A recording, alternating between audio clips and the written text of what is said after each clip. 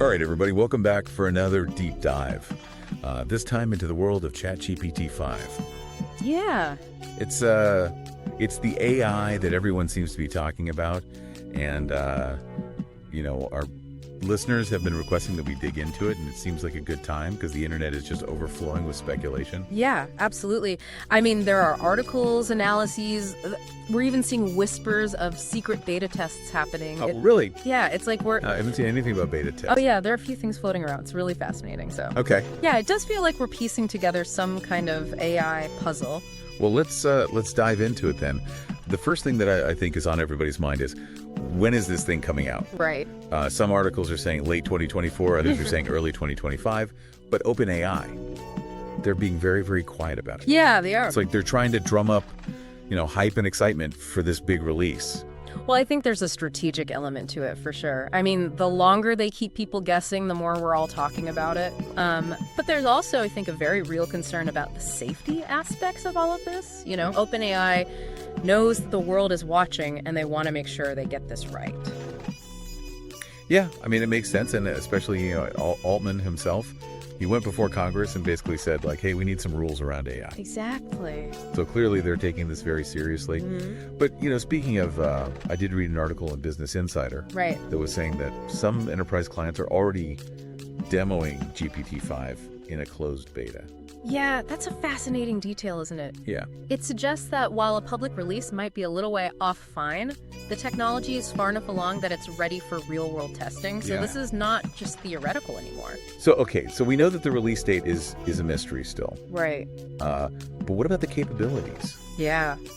Altman has said that it will be, quote, significantly smarter, quote unquote, better across the board compared to GPT-4. Yeah. What does that mean? Well, think about it this way. GPT-4 already had trillions of parameters, which are essentially the building blocks of its AI brain. Okay. GPT-5, we could be talking about a leap to quadrillions or even more. So it's like going from a small town to a megacity. The scale of the processing power is almost impossible to imagine. So we're talking about just like a little bit smarter than GPT-4. We're talking about like exponentially smarter.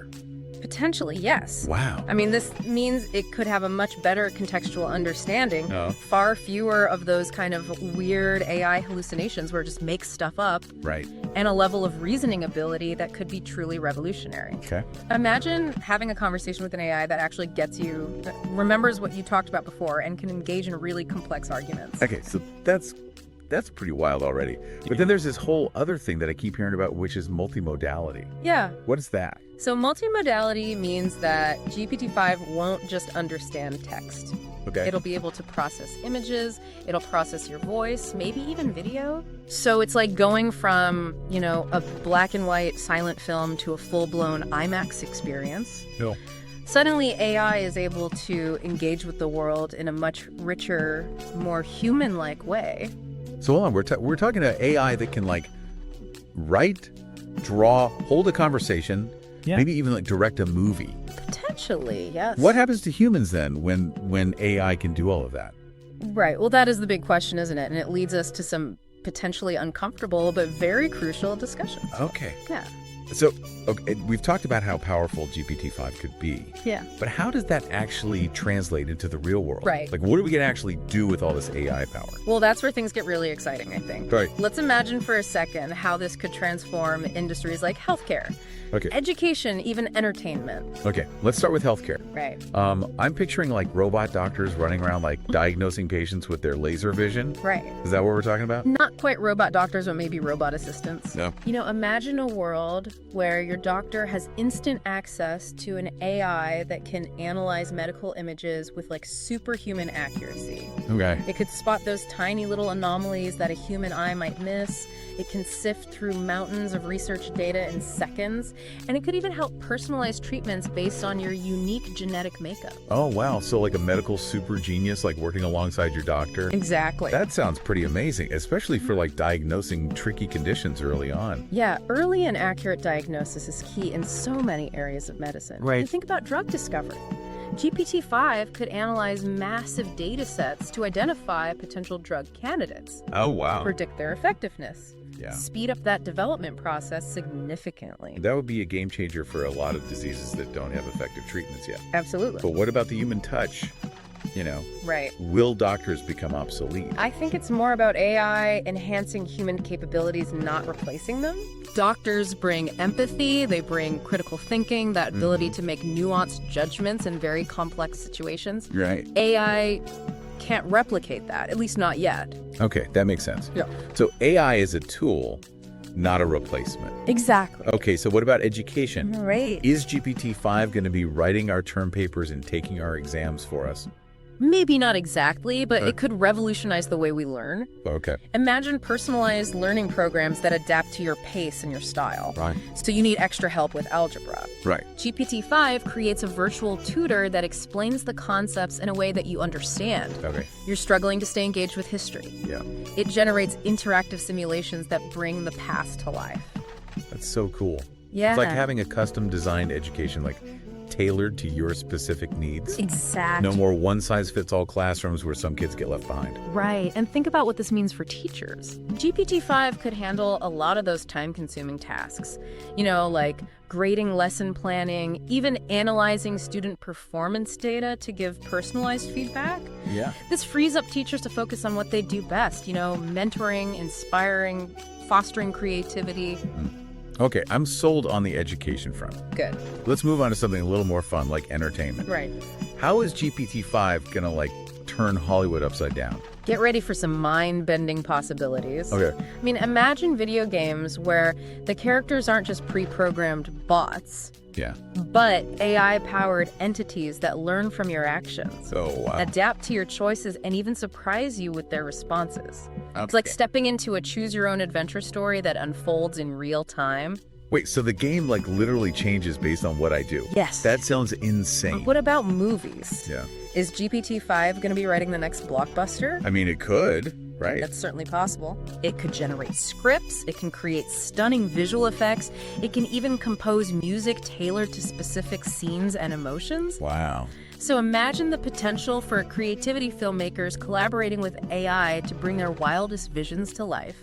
Okay, so this is where I start to get a little nervous. Right. If AI can do all of that, what happens to the human writers, the directors, the actors? Sure. Are we all out of a job?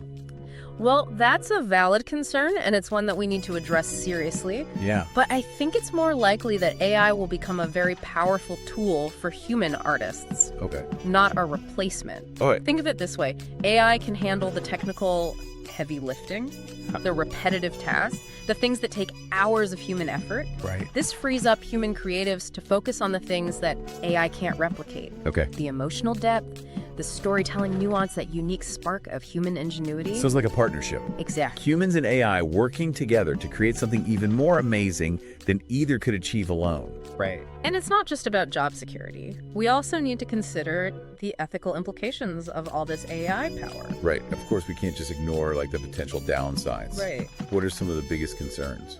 Well, one of the biggest challenges, I think, is ensuring that AI is developed and used responsibly. We need to be thinking about things like bias in the data. Right. Privacy concerns, the potential for misuse.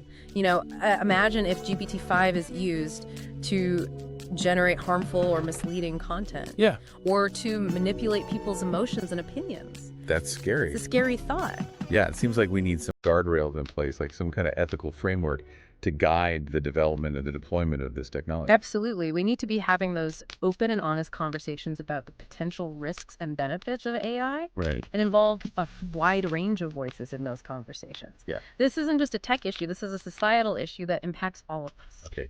So we've talked about the amazing potential of GPT-5. Yeah. But also the very real concerns that come with it. Yeah. It sounds like we're on the verge of something truly transformative, but also something that requires a lot of careful consideration and planning.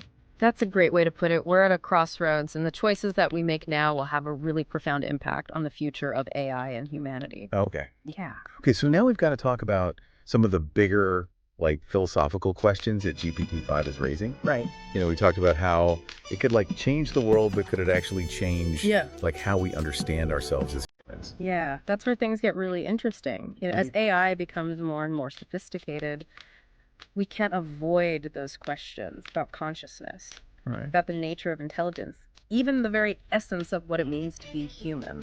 So, like, could an AI like GPT-5 actually be aware of itself? Yeah. Like, could it have thoughts and feelings the way that we do? It might seem like the stuff of science fiction, but it is a question that's gaining a lot of traction in the scientific community these days. Really?